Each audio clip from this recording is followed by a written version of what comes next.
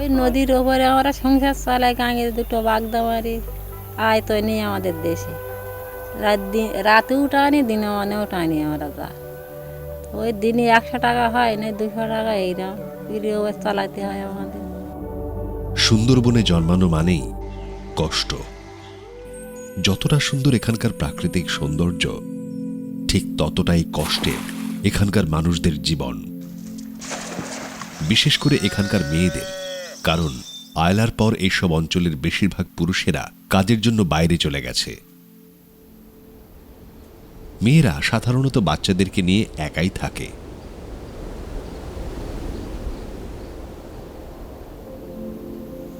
নদীতে মাছ ধরে, তারপর সেগুলো মহাজনের কাছে বিক্রি করে, এইভাবে সংসার চালায়।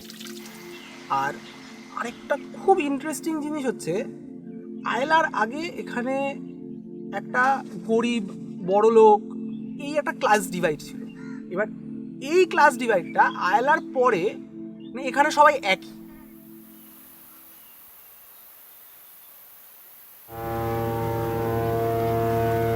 কলকাতা থেকে প্রায় 100 কিলোমিটার দূরে অবস্থিত UNESCO World Heritage Site Sundarban জঙ্গল।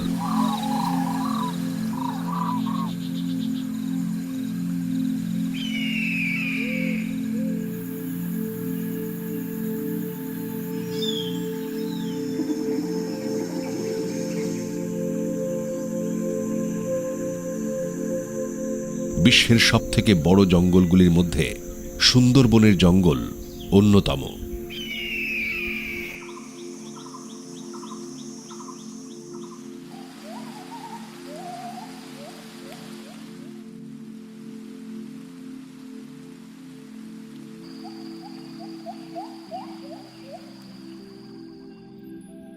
গঙ্গা, ব্রহ্মপুত্র এবং মেঘনা এই নদীত্রয়ের অববাহিকার মিলনে বঙ্গোপসাগরের উপকূলে যে বদ্বীপ তৈরি হয়েছে, সেই ম্যানগ্রোভ জঙ্গলকেই সুন্দরবন বলে।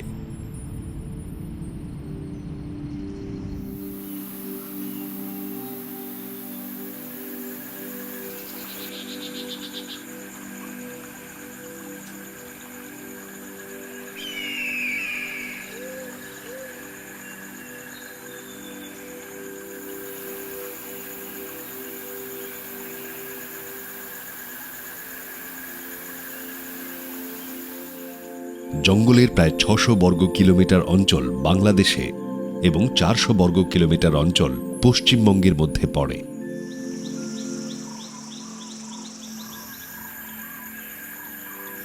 আর এখানে পৌঁছনো এতটাও সহজ নয়। এটা এমন একটা জায়গা যেটা মানুষের বসবাসের জন্য নয়।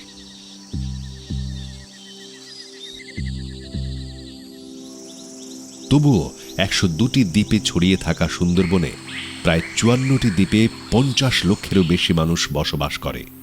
আর বাকি 48টি দ্বীপে কিন্তু দক্ষিণ রায়ের অধিকার।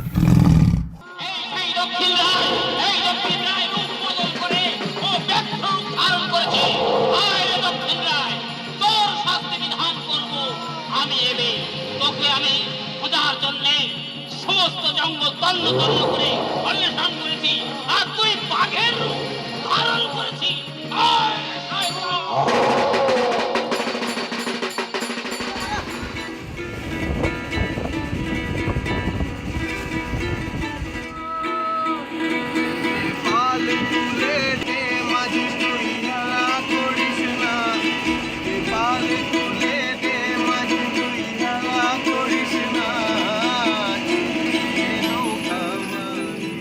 জল আর জঙ্গলে ঘেরা এই অঞ্চলের মানুষেরা সাধারণত কৃষিকাজ, মৎস্য শিকার ও গভীর জঙ্গলের মধ্যে গিয়ে মধু আহরণ করে জীবন ধারণ করে।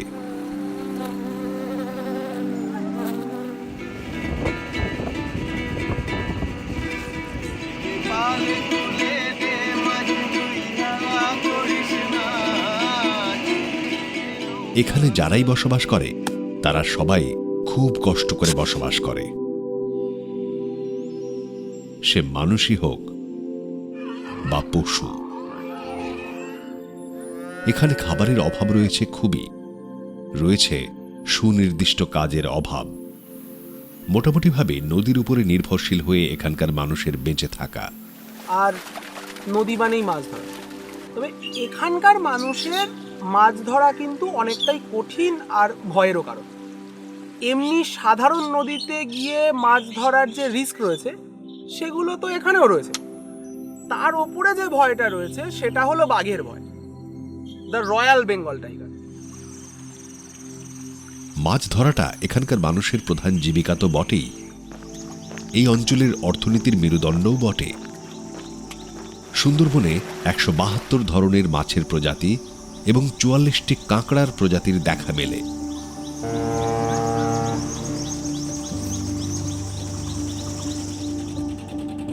এখান থেকে আছে মাছ ধরার জন্য যে জাল আছে, বড় বড় জাল আছে, ওই নৌকায় করে যায়, একটা নৌকায় ৫-৬ জন করে যায়।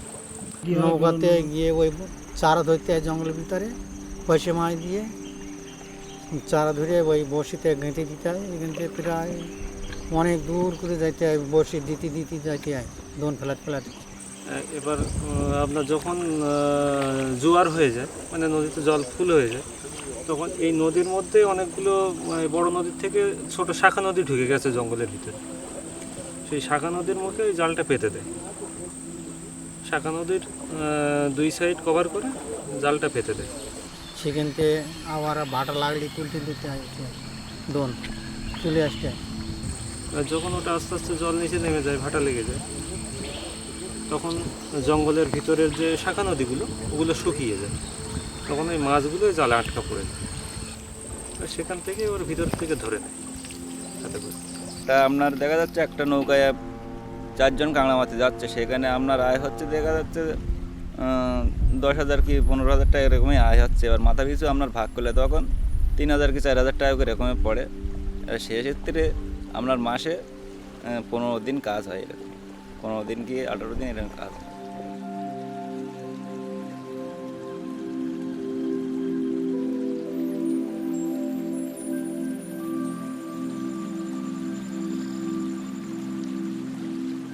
সুন্দরবন দেখতে যতটা সুন্দর, ঠিক ততটাই আবার ভয়ঙ্কর। জগৎ বিখ্যাত এই দক্ষিণ রায় যেন সুন্দরবনের গরিমা রক্ষা করার দায়িত্ব পালন করে, তাই এই সুন্দর ঠিক ততটাই ভয়ঙ্কর সুন্দর হয়ে ওঠে।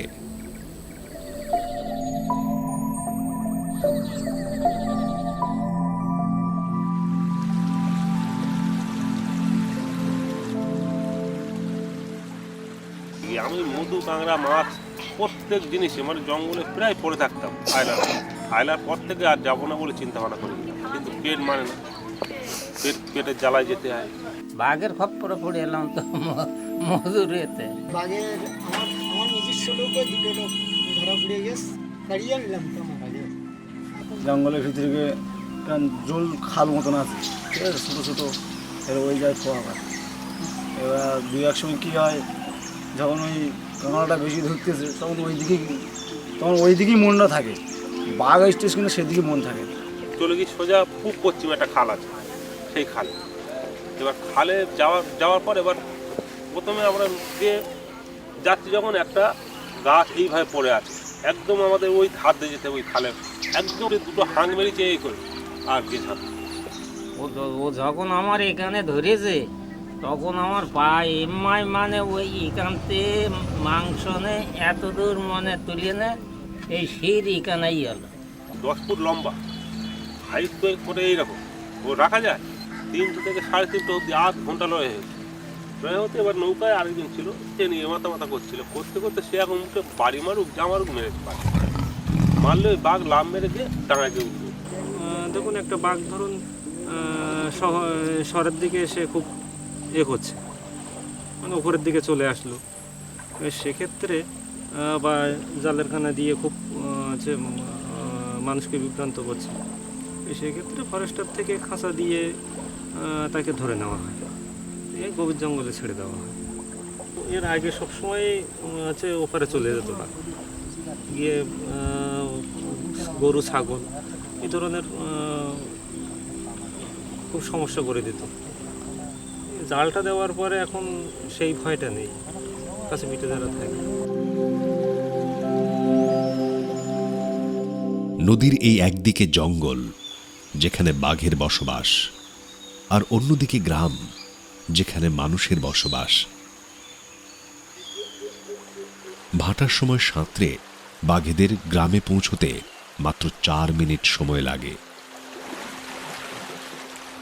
শুধু একবার ভেবে দেখুন, এখানে মৃত্যু গ্রামবাসীদের থেকে শুধুমাত্র 4 মিনিটের দূরত্বে থাকে।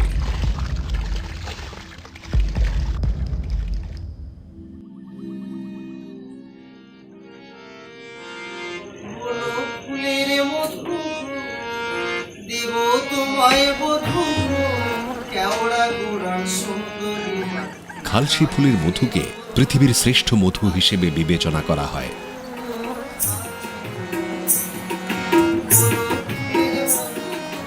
প্রতি বছর এই জঙ্গল থেকে প্রায় 20,000 কিলো মধু সংগ্রহ করে এখানকার মানুষ।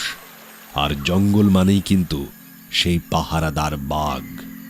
তার চোখ এড়িয়ে এই জঙ্গল থেকে মধু নিয়ে যাওয়া প্রায় অসম্ভব। তাই এই মধুর দাম স্বরূপ দিতে হয় প্রাণ। এই মধু খাওয়ার সময় আমরা কতজনই বা ভেবেছি যে কত পরিবারের চোখের জল মিশে আছে এই মধুতে। বাঘ সবসময় পিছন দিক থেকে আক্রমণ করে, ব্যাক সাইড। এবার মধু পাড়ার জন্য যারা যাচ্ছে তাদের কি হচ্ছে, তারা জঙ্গলে যখন যায় তারা মুখোশ পরে নেয়। আমরা যেরকম মুখোশ এমনি কিনতে পাই বা এই মানে ধরুন নানান রকম যে মুখোশ পাওয়া যায়, সেগুলোর তারা কী করে, তারা মাথার পিছনে পরে নিচ্ছে। এবার বাঘ যখন পিছন দিক থেকে আসছে, মুখোশ দেখতে পাচ্ছে, তার মনে হচ্ছে যে লোকটা সামনের দিকে রয়েছে। তাদের বক্তব্য হচ্ছে যে এটা দেখে বাঘ ধোঁকা খাচ্ছে।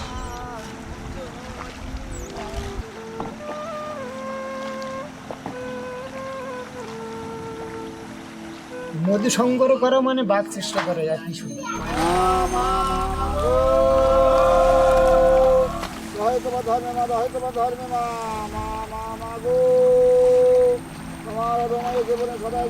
এটা 1 মাসে হয়তো দেওয়া গেল 1 কুইন্টাল মধু ভাগি হলো। মধুটা এখন বর্তমান দাম বেশি, 300 টাকা করে কিলো।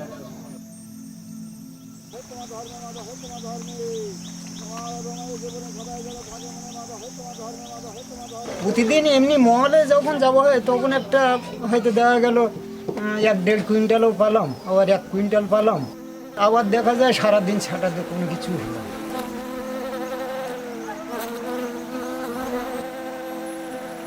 বাঘকে বোকা বানানো গেলেও এখানকার মৌমাছিরা কিন্তু খুবই ভয়ঙ্কর। এরা আকারেও অনেক বড় হয়। এদের বিজ্ঞানসম্মত নাম এপিস ডরসাটা। মধু সংগ্রহকারীরা মাথার পিছনে মুখোশ পরে নেয়, কিন্তু বিপদ পালিয়ে যায় না। বিপদ হাঁ করে দাঁড়িয়ে থাকে, কখনো বাঘ, কখনো মৌমাছি, কখনো সাপ বা কখনো কুমির রূপে।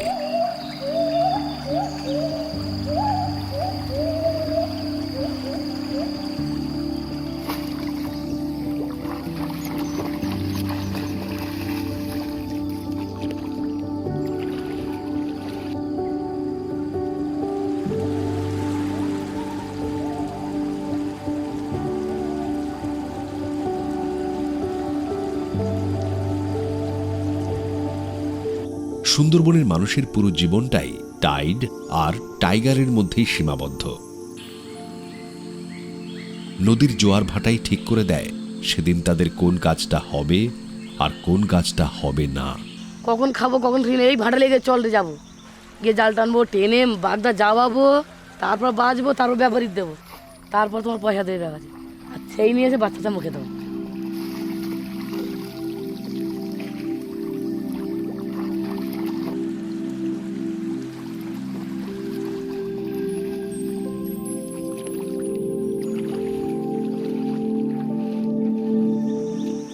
কষ্ট করতে রাতের ঘুম তোমার 12টা না, 1টা না, কখনো 2টো। দেখি শুয়ে চলো 12 এই 12 দিকে চল যেতে হবে, ওই সোজা ছুটতে হবে, থালা পাত্র নিয়ে ওই হাঁটো সবাই, বাচ্চা কাচ্চা পর্যন্ত। দেখা আমরা টানলাম, আমরা দুজন টানলাম, আমার ছেলেটা বসে বাজলো, কি আমার মেয়েটা বসে বাজলো, সেটাও তো বাচ্চা মানুষ কষ্ট করতে হয়। সবাই মিলে কষ্ট করে পয়সা নিয়ে আসতে হয়।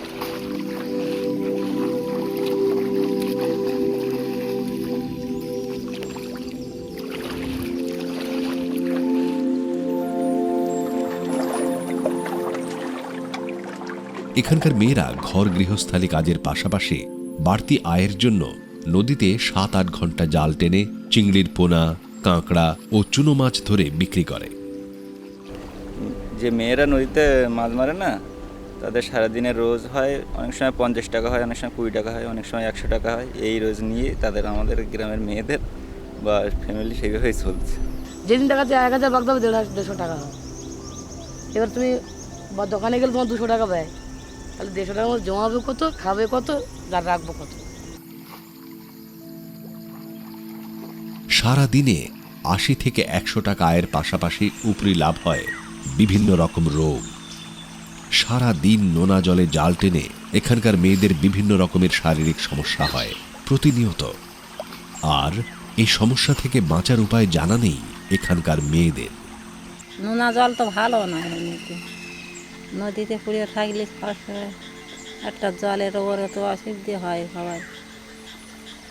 ওই জন্য আমাদের এই রিওয়ারের নির্ভর করতে হয়, বাচ্চা কাচ্চা খাওয়াতে হয়। দেশ বিদেশে তো আমরা আর কাজ করতে পারিনি, রিওয়ার চালাতে হয়। কখনো গায়ে ঘা হচ্ছে, নোনা ঘা, ডাক্তার দেখাচ্ছি, তার মধ্যেও গায়ে জামে যাচ্ছে, হাজা হচ্ছে, জ্বালা করছে, একটু নোনা জ্বালা গেলে জ্বালা করছে, সহ্য করতে গরিব আমার যা হয় অবস্থা। এরকম নোনা ঘা বেরোচ্ছে গায়ে, চুলকাচ্ছে, তাও জলে বিপদ থাকছে। হসপিটালে এমনি সুচার ডাক্তার আছে, তারা ভালো চিকিৎসা করে। গায়ে যাদের ঘা পকড়া হচ্ছে তাদের ডাক্তার দেখে, কিছু লোক তো লাভ দিয়েও পারে। এই হাতে হাজা খাইয়ে খাইয়ে যে তার ঘা হয়েছিল, বিশাল ঘা হয়েছিল, 8 বছর পর্যন্ত এই ঘা ধরে পাঁচজন নিয়ে পায়ে, হাতে পায়ে, গায়ে পায়ে ওই নদীর জলের থেকে। তারপরে এই আয়লার পাড়ের থেকে আমি ওষুধপত্র খাইয়ে এখন এই নোনা জলে, পুকুরের জলে তাও কোন দিন স্নান করি না। এখানে ডাক্তারের পরিষেবা একদম দাদা ভালো না।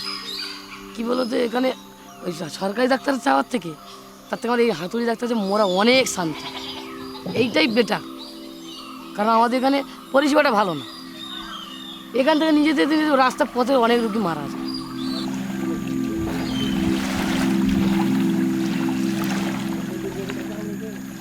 আর এই জব কাঠের কাজ হয়, জব কাঠের কাজ বাজ করি, এমনি খেত মজুরি খাটি, খুব কষ্ট করে আমাদের সংসার চালাতে হয়। বাচ্চা কাচ্চা পড়াশুনো করানো বা সংসার চালানো, তার মধ্যে দিয়ে রোগ ব্যাধি সব রকম আছে, সব রকম দেখতে হয়। গাড়িতে জাল টানি, তখন তো বাগদার দাম ছিল, কোনোদিন ফুটতো না, পড়তো না। ও বিভিন্ন কষ্ট করে মানে ছেলে মেয়েগুলো পড়াশোনা করাচ্ছে। সংসার আমি জন্মন খাইতে তার ওই হুগলি গেছি, আমি এদিকে কাজ বাজ করতে, এইভাবে চলতে আছে কিছু নেই।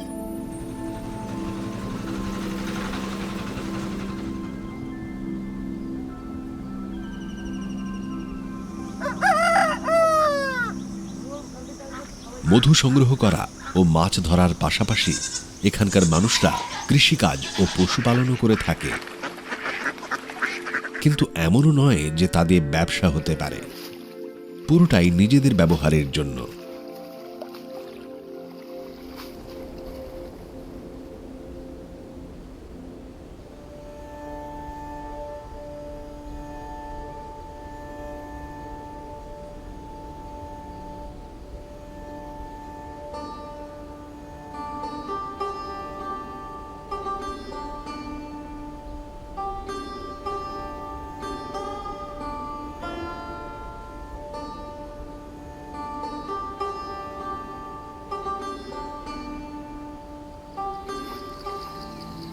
যদিও বা বাঘের চোখ এড়িয়ে, কুমিরকে রেসে হারিয়ে প্রাণ হাতে করে বাড়ি ফিরে একটু ভালো থাকার দুঃসাহস যেই করেছে,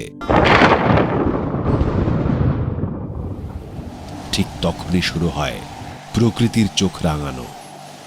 আর একবার যদি কোনো দুর্যোগ হয়, তাহলে আবার বছর 4 পিছিয়ে যাওয়া। এখানকার মানুষের কষ্ট বাড়াতে প্রায়ই ঘূর্ণিঝড় হয়, আর সঙ্গে নিয়ে আসে সমুদ্রের নোনা জল। মাটিতে লবণাক্ততার কারণে সুন্দরবনে 30 থেকে 40% কৃষিকাজ কমে গেছে।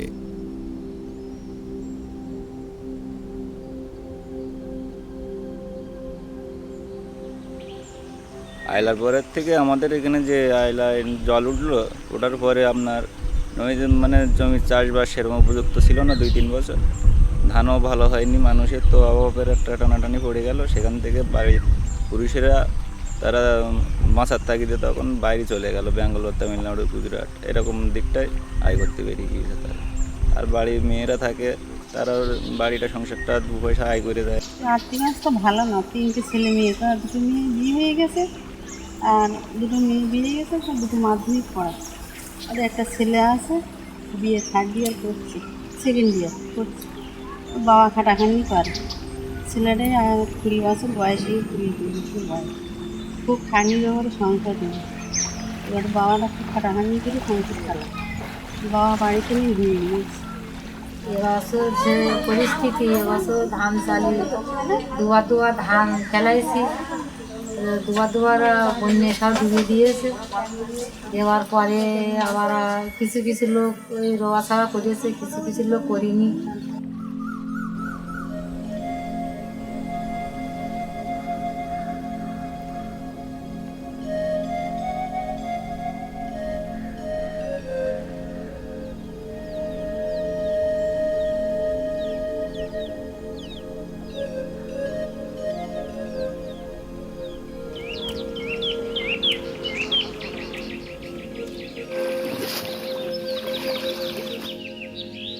বৈদ্যুতিক আলো এসে পৌঁছলেও সভ্যতার আলো যেন দিনে দিনে নিভে আসছে এই ইউনেস্কো হেরিটেজ সাইট সুন্দরবনে। স্কুলে যাওয়াটাই খুব কঠিন, কারণ কাজ করতে হয়তো ছোট থেকে, সময় কোথায় পড়াশুনো করবে, দুবেলা দুমুঠেকে বেঁচে থাকতে হবে, এটাই বাস্তব চিত্র এখানকার। স্কুল যদিও বা আছে এই অঞ্চলে, কোনো কলেজ এখানে নেই।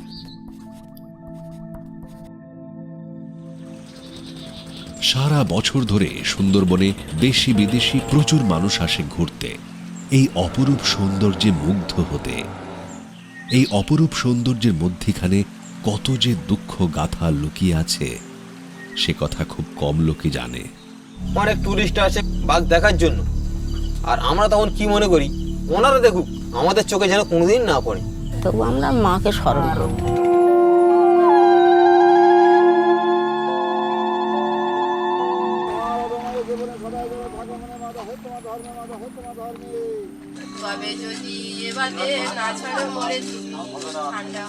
সুন্দরবনে এমন এক জায়গা যেখানে হিন্দু মুসলিম একই ঈশ্বরের পূজা করে। জঙ্গলের দেবী বনবিবি, জঙ্গলে যাওয়ার আগে তাঁর পূজা করা এখানকার রীতি।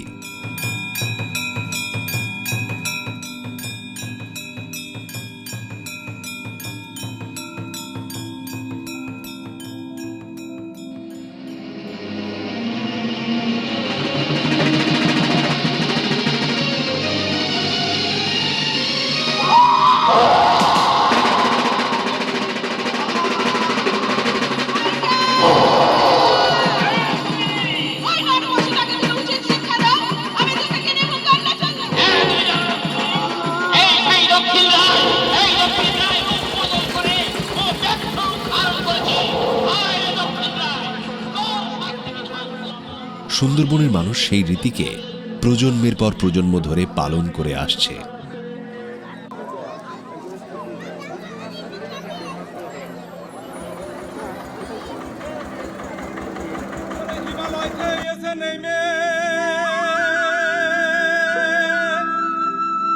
গঙ্গা জলের ধারা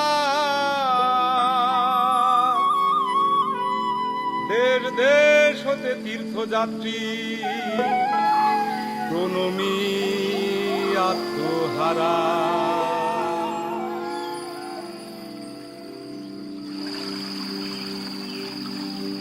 এই যে ক্যামেরা আপনারা ছবি তুলতেছেন, আমাদের ছবি কি এই কষ্টের ছবি কি আপনাদের ক্যামেরায় উঠবে? ভয়ঙ্কর সুন্দর করিয়া অভয় সুন্দরব,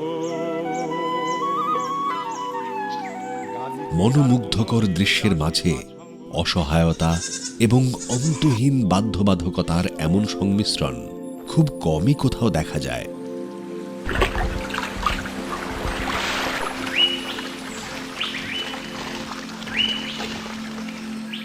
এদের সকলের চোখে স্বপ্ন আছে। এরা নিজেদের ছেলে মেয়েদের লেখাপড়া শেখাতে চান। এরা যে সমস্যার সম্মুখীন হয়েছেন তারা চান তাদের বাচ্চারা যেন সেই সমস্যার সম্মুখীন না হয়, আর তারা যেন বড় হয়ে সেই সমস্যার সমাধান করতে পারে।